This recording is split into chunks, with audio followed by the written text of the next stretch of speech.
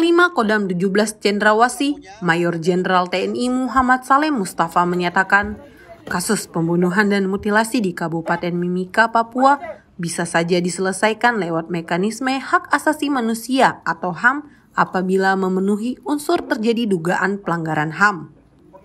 Kasus Mimika adalah pembunuhan terhadap 4 warga asal Nduga di Timika pada 22 Agustus 2022 lalu. Korban adalah Arno Lokbere, Irian Nirigi, Lemaniel Nirigi, dan Atistini.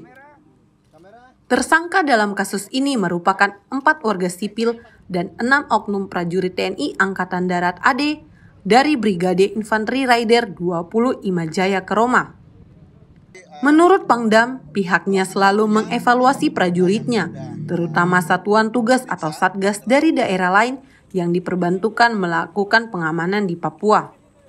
Evaluasi dilakukan baik ketika ada peristiwa yang diduga melibatkan oknum TNI maupun tidak ada peristiwa.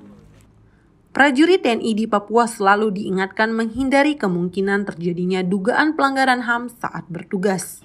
Sangat disayangkan memang ini sudah terjadi dan ini akan kita kedepankan.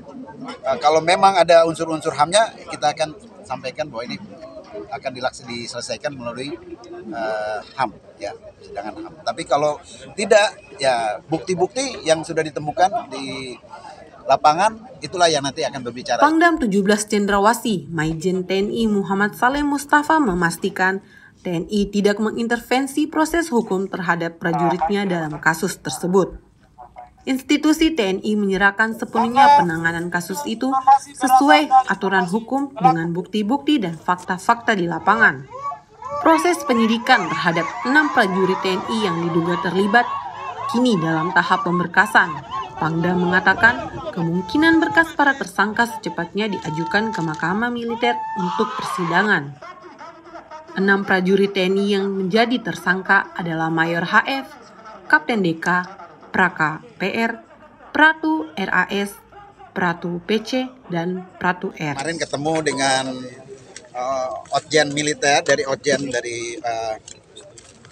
Maijen siapa kemarin? Tamu dari Jakarta, dan saya sudah sampaikan keinginan dari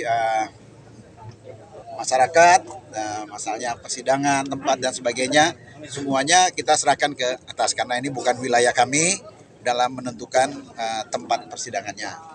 Tetapi apa yang diinginkan oleh masyarakat Timika, khususnya Mimika yang ada di sana, keluarga sudah saya sampaikan. Sementara itu, proses hukum terhadap 4 warga tersangka warga sipil ditangani Polres Mimika. 3 tersangka telah ditahan, yakni Apel alias Jack, DU, dan R. 1 tersangka lainnya berinisial RMH kini masih menjadi buronan. Pangdam 17 Cendrawasih juga telah menyampaikan kepada Auditor Jenderal Militer atau Otjen mengenai keinginan keluarga korban dan berbagai pihak agar tersangka prajurit TNI disidangkan di Mimika.